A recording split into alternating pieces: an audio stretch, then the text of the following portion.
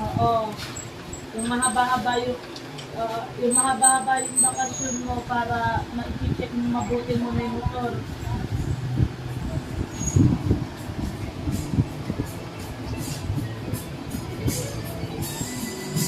Oo.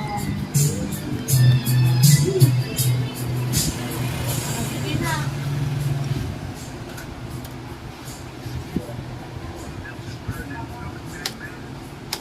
Maliligo pa daw siya.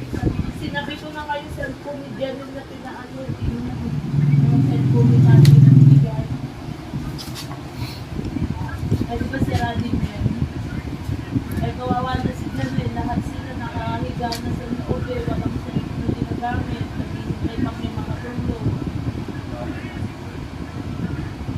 Bago makalagag ng cellphone.